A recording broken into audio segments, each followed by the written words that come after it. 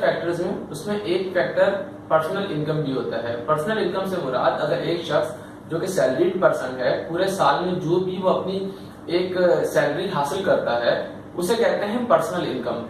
Personal income میں ہر طرح کے ٹیکسز شامل ہوتے ہیں. فار ایگزامپل ایک شخص اس کی سیلری 50,000 روپے ہے لیکن اس میں سے اس نے کسی قسم کو کوئی بھی کنٹریبیوشن ابھی تک پے نہیں کیا. فار ایگزامپل اس نے ابھی تک کوئی ٹیکس پے نہیں کیا, اس کے جو گورنمنٹ کے کوئی کنٹریبیوشن پے کرنا ہوتا ہے, کوئی کسی بھی قسم کی کوئی کنٹریبیوشن اگر وہ پے نہیں کیا, یعنی کہ اس کی خالص جو ابھی تک خام آمدنی ہے, خام آمدنی سے مراد ابھی تک اس نے کسی قسم کی کوئی ڈیڈکشن اس کی سیلری میں سے نہیں ہوئی, نہ تو اس نے کوئی ٹیکس پے کیا ہے نہ ہی اس نے گورنمنٹ کا کوئی کنٹریبیوشن پے کیا ہے. اگر کسی قسم کو کوئی بھی کنٹریبیوشن پے نہیں کیا تو وہ اس کی جو ہے پرسنل انکم یا ذاتی آمدنی کہلائے گی.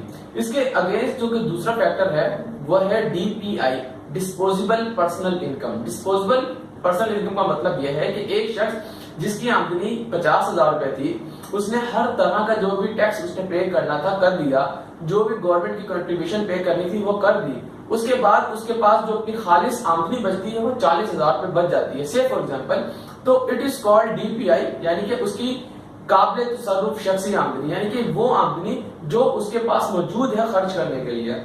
پرسنل انکم یعنی کہ ایک شخص کی جو ذاتی آمدنی ہوتی ہے وہ ہر طرح سے وہ ایک خالص حالت میں نہیں ہوتی, اس میں سے اس نے بہت سارے ٹیکسز پے کرنے ہوتے ہیں.